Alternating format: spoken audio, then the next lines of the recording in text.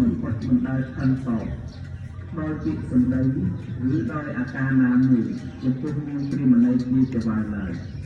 ថ្ងៃមួយព្រះសម្ពុទ្ធបរមគ្រូទ្រង់ប្រមាណលើនិស័យសត្វបានជ្រាបថានាងរជ្ជនីនាជាស្ត្រីមាននិស័យខ្ពស់ត្រូវបានសម្រេចសោតតាលុះទ្រង់ជ្រាបដូច្នេះហើយពេលថ្ងៃរសៀលក៏និមន្តទៅគង់នៅក្នុងព្រៃក្រំដើមឈើក្បែរភូមិនាងព្រាហ្មណីនោះនាងរជ្ជនីនាកាលបើចវាយចេះទៅធ្វើបាបខ្លាំងដូច្នោះនាងព្រួយចិត្តខ្លាំងណាស់ក៏កាន់ក្អមធ្វើជាទៅដងទឹកហើយលួចរត់ចូលទៅក្នុងព្រៃដើម្បីចាំផងទៅដល់ឃើញដើមឈើធំមួយក៏ឡើងទៅលើយកខ្សែម្ខាងចំកខ្សែម្ខាងចំជាប់ទៅនឹងមែកឈើបំរុងនឹងលូតសម្លាប់ខ្លួនស្រាប់តែឃើញព្រះសម្ពុទ្ធគង់ក្រោមដើមឈើមួយដើមក្បែរឈើដែលនឹងឡើងនោះសេចក្តីជ្រះថ្លាក៏កើតឡើងទើបស្រាយខ្សែអំពីកហើយចុះទៅថ្វាយបង្គំព្រះសម្ពុទ្ធព្រះសម្ពុទ្ធទ្រង់ត្រាស់សួរថា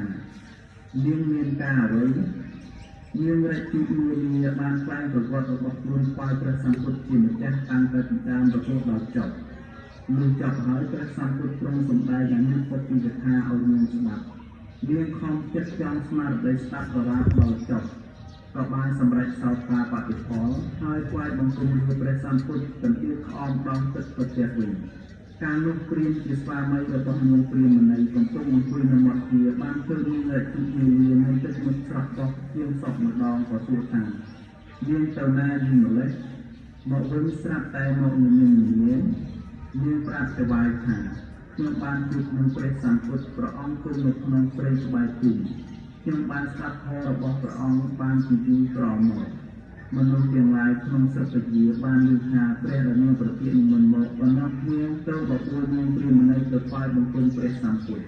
កាលបើមហាជនទៅជួបជុំហើយព្រះសម្ពុទ្ធទ្រង់សម្ដែងអតិថិទានរបស់នាងព្រាហ្មណីនិងនាងរជ្ជនីឲ្យមហាជនបានដឹង